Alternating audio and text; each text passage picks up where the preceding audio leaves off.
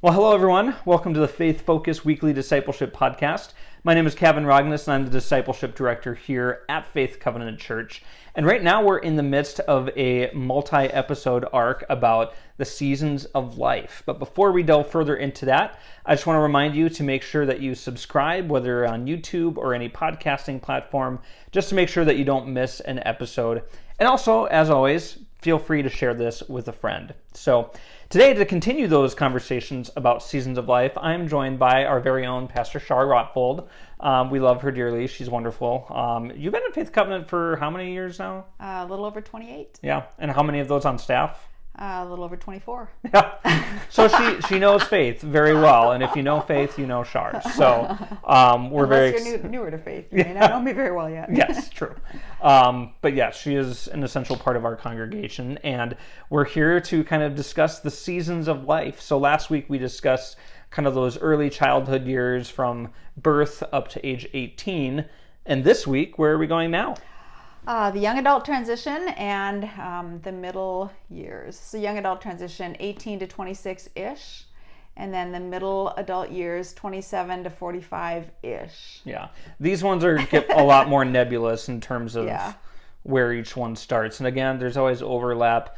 This is generalities. Mm-hmm. This isn't a prescribed plan for anybody. So, But what do you see as the defining features of these two seasons? So I'll just say the middle adult years. My master's is in counseling and higher education, college student development. So that college student transition from 18 to 25, it used to be, now it's 26-ish, is near and dear to my heart. So I spent a couple years diving into that. So there's a lot of work that happens then. Yeah. You are often leaving home for the first time. Mm-hmm. You are often, and in that, and even if you're still at home, you're establishing your own identity and values, lifestyle, like how will I live day to day? What will be my priorities? What will my schedule look like? Who will I involve in my life? Mm-hmm. Oftentimes you're in school. A lot of people go to college or community college or something, but not all. Many go to work directly after high school too. So you're establishing work or you're continuing your education, but you're kind of forming your own person, your own identity apart from mom and dad. How do I want to live? So that's a big key work.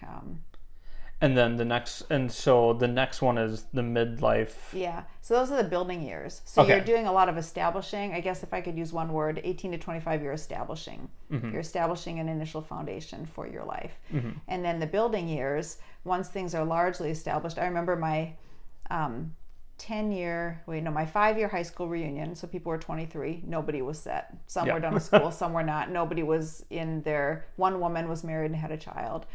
But we were all still like old kids. Yeah. But by my 10-year high school reunion, age 28, people had largely settled into a career. Mm-hmm. And many had married and were starting a family. So that, between 23 and 28, there's a lot of work. So that, all that to say that 27 to 45-ish those are the building years where you've largely established kind of who you're going to be and how you're going to be. You've started a career that you may be in for a while or for a long time.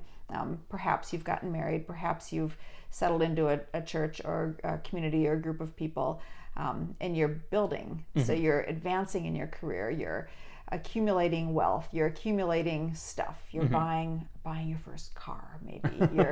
You're renting your first home or your first apartment, townhome, house, whatever it is. You're traveling on your own. You're making your own decisions.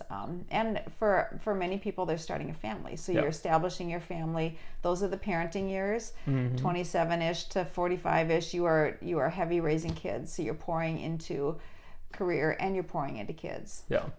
When I'm just kind of hearing you talk about that, I feel like I'm a really interesting example of how there can be blend and overlap, because I feel like I had a few establishing years of like college and then grad school, and then I was working on my own and living apart from my parents. But then I moved back in with my parents and went back to school for seminary. And so it kind of felt like I kind of went back to kind of those reestablishing years in some ways, even though I was in my late 20s and early 30s. And so I kind of feel like I've kind of gone back and forth between the two, which shows that these aren't set stages of life. Yeah. There's overlap and fluctuations. Yeah, and they say that's more common now than it was in the past for, I don't know why. I think finances are a little tougher. Things are more expensive compared to income than they were when the previous generation was doing it. Both of my kids moved home after college. Yeah. We have one that's still at home. And that's okay. And it's okay. Yeah. It's good. Yeah. So what's kind of the work that is done in these two seasons of like getting established and then building? Yeah. Well, I think that is largely the work, establishing your identity, establishing yourself. Who do I want to be? And perhaps we talked in the teen years about kind of trying on some different things. And you do a bit of that trying on of different identities and lifestyles and whatnot in the young adult transition too. And hopefully by the end of those years, you've kind of settled on, okay, this is who I want to be, and this is who I don't want to be. So some of that is maybe separating from some things, or choosing some things, or aligning yourself more with some things. So that all kind of happens in that young adult transition. And the work is that building, grounding. Again, it's identity piece too, for the middle years. But usually it's that building, like, okay, now I'm in this career. Now I'm gonna look to advance in this career, and I'm gonna kind of establish myself and look for the next promotion or the next whatnot, and kind of building and getting that foundation laid, not just for you, but also for if you have a family. You're establishing a foundation for your family, and establishing a lifestyle for a family too, and building on that. Yeah. And that's interesting too, because then as you're kind of getting into those building years, then part of you is going back to childhood as your parent, if you're parenting. Yeah. And so even though, it's a very different thing to be a parent versus a child, there's part of you now that is going back to that childhood phase and just kind of re-experiencing it through your kid. Yeah. Kind of understanding. And I do a lot of premarital counseling. So I met with 2 different couples yesterday. So that's kind of fresh. We were talking about parenting with one of them. Like you were parented a certain way. If you're married, your spouse was parented a different way. On paper, it might look similar, but in reality, there are lots of differences. From even homes that look similar, there still were lots of subtle differences. And some families are very different. Some couples grew up in very different homes. So then there's what do I want to do from the way I was raised, and what does my spouse want to do from the way he or she was raised, and how do we make our own path? What is our home going to look like? And there's lots of conversation and some give and take that happens in that too. Yeah. So then what are some of the joys of these individual seasons? Yeah. Well, for a young adult, I think the joys are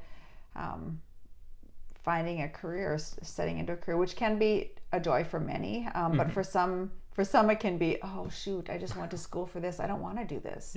I don't like this work. I like the studying for it and the anticipation, but I don't like this work. So that would be more of a challenge. But when that doesn't happen, when you start in a career and you're like, oh, I'm so excited to finally be in the workforce, bringing home a paycheck, doing something I trained to do or I wanted to do, that can be a great joy. And you can find a lot of fulfillment, a lot of meaning in that, purpose, identity. Some of those pieces, not all, not too many, but some of those pieces do come from our work.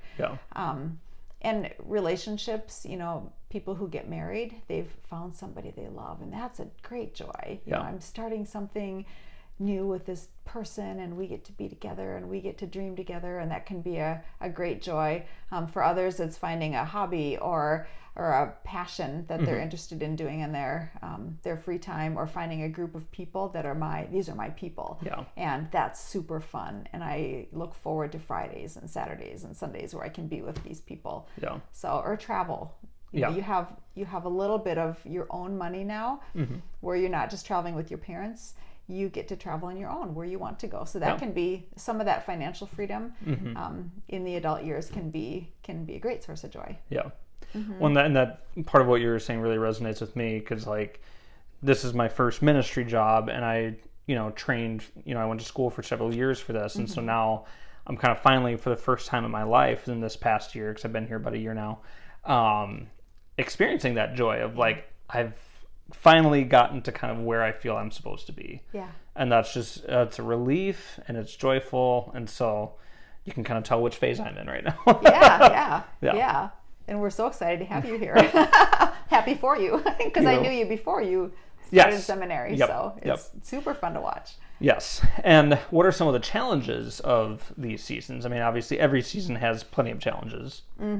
Yeah, I alluded to the one with the young adult transition. If you're in school and you end up going, oh, I don't want to do this. I invested in this for 4 years of college education or 2 years at technical school, and I've got money invested and time invested, and I don't like this work. Yeah. Now what do I do? Or I'm not making as much money as I wanted to, or I need more education. I need a master's to do what I really want to do, and I'm so tired of being in school. Yeah. So that can be a challenge. Relationships. Or I got into something and then circumstances change that field. Like I think of like right now teachers with the pandemic and changing, and healthcare professionals, things have changed. Yeah, right. I think relationships can be tough too. Many people get married in their 20s, but many people don't get married in their 20s. Some want to be married, some are fine being alone. So that can be age 30 can be tough for some people. I know we're moving into the next age, but that can be a tough birthday for some people if they're not where they wanted to be by then, if their career is not where they wanted it to be and their personal life isn't where they wanted it to be. That can be a challenge. That can be really painful for some. Or some people got married young and weren't ready, and a marriage didn't survive or isn't as healthy as they wanted it to be, and that can be a great source of challenge. Families who want to or people who want to have children and aren't able to, there's a lot of challenges. And it can also be a challenge to separate from your parents. That's a process for young adults and for their parents, and sometimes that goes smoother than others, so there can be conflict with parents as that process is working itself out, so that can be a challenge too. When I relate to that too, because when I moved back in with my parents, then it was kind of like this weird nebulous kind of like, okay, I am my own person. I have done a lot of differentiating from them, but now I'm back under their roof and I'm back under school, which made me kind of feel like I was going back to childhood, even though I was an adult with my own formed self that was different than the kid that lived there that had to be obedient to my parents. Not that I was like just a total jerk to my parents, but it was just kind of a weird nebulous zone of life to be like, I'm now a different person, but I'm under your roof, but now I'm not. Now I live my own. Yeah. But it can be a very strange time to realize how different you are from your parents. Yeah. Our daughter graduated from college a year ago and moved home, and she's still home for a bit. But before she moved home, we took a walk, and she said, "Mom, can I talk to you about something?" And I said, "Yeah." And she was talking about that very thing. I'm moving back home. I'm grateful to move back home. I love you and Dad. Yep. I'm a different person than I was 3 years ago when I left for college, and I'm afraid of regressing back to how I was in high school, and I don't want that to happen. And so we just had she initiated that at 21. I was like, wow, that's very mature. I know. So we had this really healthy conversation before she even moved home, and then I did phase 2 of that a couple months ago after it had been about a year. I'm like, so how is that going? And so we had another kind of check-in a year into that. So yeah.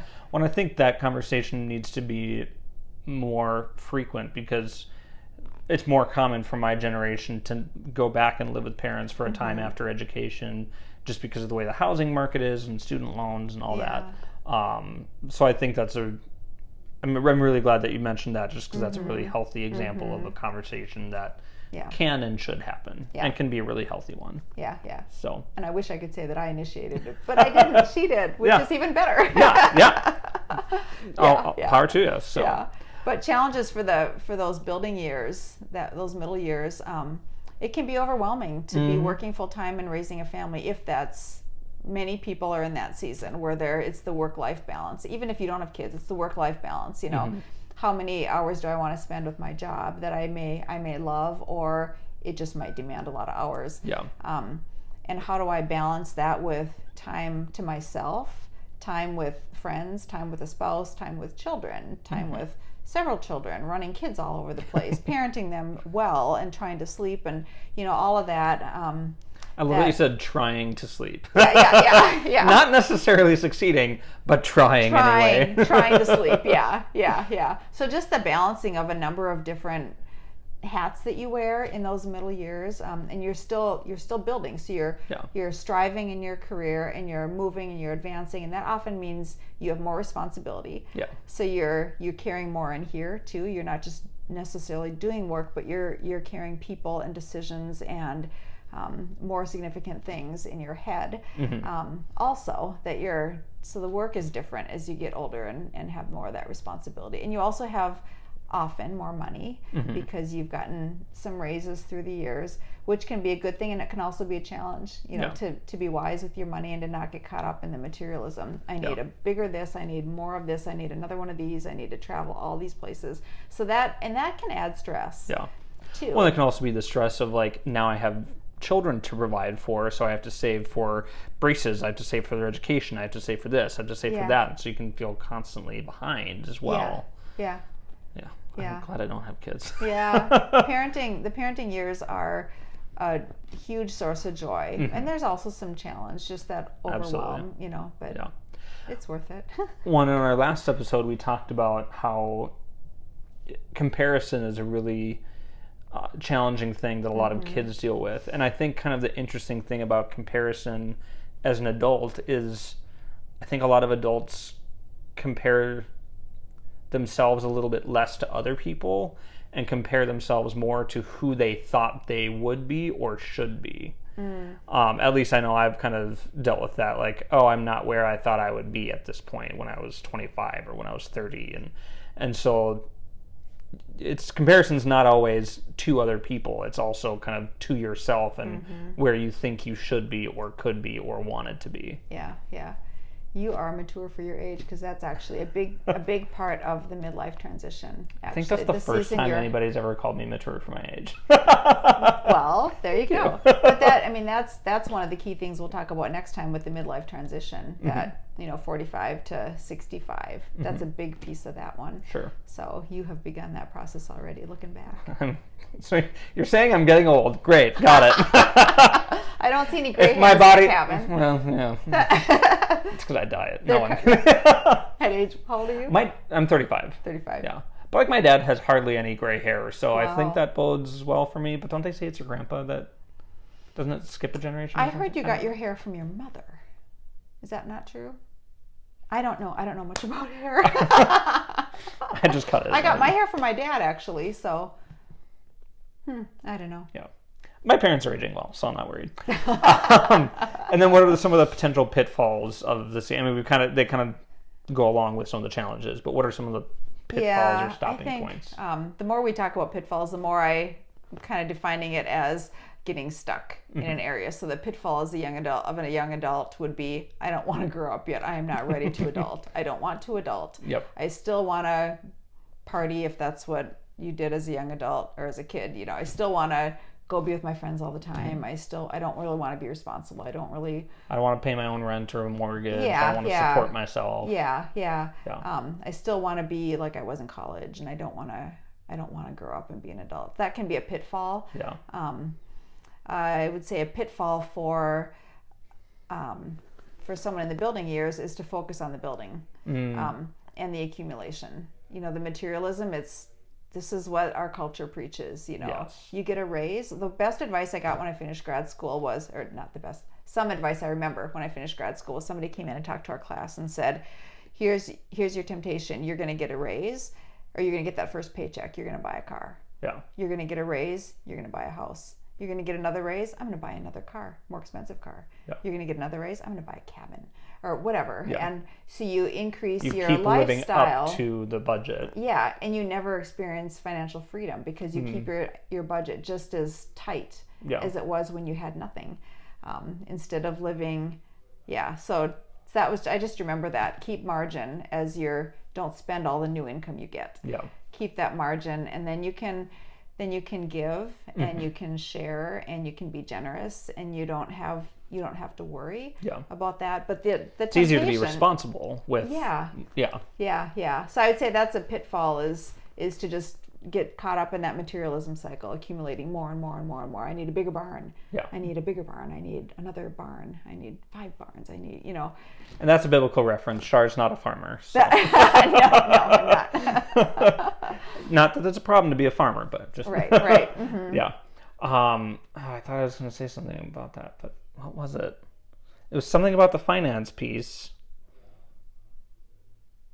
It lost my head. It left. If it's whatever. Important, it'll come back. Yeah. Apparently it's not important. So, what are some of the specific unique needs for each of these seasons? Oh, good. The young adults need, similar to teenagers, they need loving, supportive adults in their life as they're doing that establishing work. People who are courageous enough to speak into their lives and come alongside them and be patient as they're finding their place. Parents who so we have 2 young adults, so a lot of this is what I'm learning right now. And a phrase that I heard recently that I love is keep your mouth shut and the welcome mat out. So parents have to learn how to take a step back and let them figure it out. As long as if there's safety things involved, then you speak into safety. But if there's You're about to be hit by a car. right. There's going to be a train wreck if you do that. I need to warn you about that. But barring a train wreck or getting hit by a car, largely young adults need to know that I am safe and I am loved regardless of these things that as I'm establishing, I need freedom to do that. And it's the pulling away and the coming back. It's healthy for an adolescent or a young adult to pull away from mom and dad for a season, not out of, I don't like you, I don't want to be with you, but out of, I need some space to figure out my own stuff and my own person and my own life. And I need to do that separately from you being over all of that. So so that's a unique thing with the young adult transition. I would say a specific need for middle adults, respect is a big thing, and safe places to be vulnerable, because when you're building, it's harder to be vulnerable because you're in your achieving years and you're in the I'm your parent, that's why years, because I said so. So you have more and more authority, the world says. So to be able to have places where you can be vulnerable and say, I have no idea what I'm doing. I have no idea what to do with my children. I don't know if I should take this promotion. I don't know if I should move here. I don't know if I should switch careers. I don't, to be able to say, I don't have it all figured out. I don't have it all together. I don't really know what I'm doing, to make sure that you have wise mentors and people that you can be vulnerable with, that can, that are praying for you and have your best interest in mind, and can also, as you ask and invite them in, can help offer some guidance or some wisdom of their own too. Absolutely. So what are some of the ways that you can know that you yourself or someone else near you that you care about is not going through these seasons in a healthy way? And we've some of this we'll touch on some of the challenges we've talked about, but well, for any human being, if you're withdrawing and you don't want to, you're withdrawing from the world, that's a red flag. That's there's and some of that might just be, for a little while that's okay, but because some of that is rest, which is important and necessary. But when it becomes habitual in an unhealthy way. Right. I don't want to let anybody in. I don't want to share myself with anybody. Because that'll eat you up alive. So if you don't have a person even that you can be vulnerable with, if you're shutting yourself up, that's a red flag.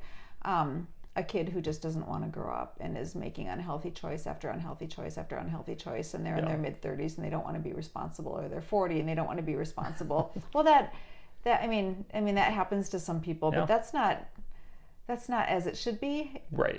Or lack of self-confidence. If that persists, that's a hard thing. And I think there's lots of red flags that all of us have seen over the years, and there's just so many that it's kind of hard to define and say that this one is specific to this season. Yeah. But a lot of it can, too, be a progression of if there were issues in previous seasons and they've not been worked out and not been managed or treated in a healthy way, that's going to keep manifesting. Yeah. Mental health is a big deal. Rest, sleep is a big deal. Exercise is important. Spiritual health is critical. Anxiety can be a big deal. Chemical dependency, did I say that? No, not yet. That can be a red flag. That's a symptom. It's a symptom that can end up as an addiction, which can lead to a whole bunch of other things. Right. So there are all kinds of things that you can notice if you're not, why do I need to do this every day? Why am I escaping through this? Why am I shutting myself off? Why am I not sleeping at night? Right. Why am I getting sick all the time? Because our physical health is connected to our emotional and mental health directly. So being sick all the time, chronically ill, can be a symptom of something else too. So One and two, like I mentioned, that some of these red flags could be stemming from childhood issues. Others can develop later. Like somebody may experience a traumatic event that drastically alters things and causes people to get stuck. So you may be a really healthy person up until a certain point, and then something happens. Right. Whatever that may be. Yeah. Oh, so, for sure. For sure. So the last question then, how does this season of life intersect with spiritual development? Well, those young adult years that we talked last week about, in parenting teenagers or parenting children, the goal is that your child, as a Christian parent, that your child would place their lives under the authority of God and choose to walk with God on their own. So that's a process that continues lifelong for all of us. But I think that spiritual work in those forming years, the young adult years, is, what do I do with God? What do I do with Jesus? Everybody's got to answer that at some point. And some people settle that when they're younger. My husband settled that when he was 15. I settled that one when I was 24. What do I do with God? What does God look like in my life? Independent from my parents, independent from the life I grew up in. What do I do with Jesus? What do I do with God? Do I go to church? Do I have Christian friends? Do I read God's word? Do I pray? Which is equal parts speaking and listening, actually more listening to God than speaking. But, what do I do with those habits in my life? And then the middle years, those building years, you're receiving from God and growing in your own faith, and you're also pouring out to others as you're getting older. That influence we talked about, if you have kids or a spouse, you're pouring into them spiritually, but you also need to be receiving spiritually. So that is a different balance in the middle years of, and now I'm old enough that I have some things to say, and spiritually I've walked with God long enough that I have a responsibility to pass my faith down to those who are younger than me, whether I have kids or not. You've got nieces and nephews. You've got how many of them? 9. Yeah. You have 9 lives that you are able to influence spiritually, and that's a beautiful thing. Yeah.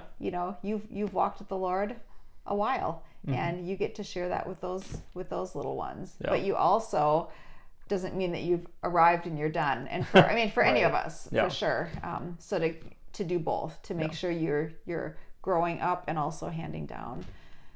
One part of what I thought of when you were saying you're pouring into other people, whether it's children or a spouse or friends, but you're also receiving. And I think part of the interesting thing is that as adults, we still spiritually receive from children.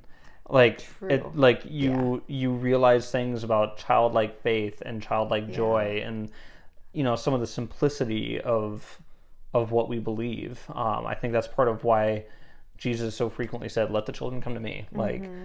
Oftentimes children, without them realizing it, can be our teachers, and it's kind of incredible.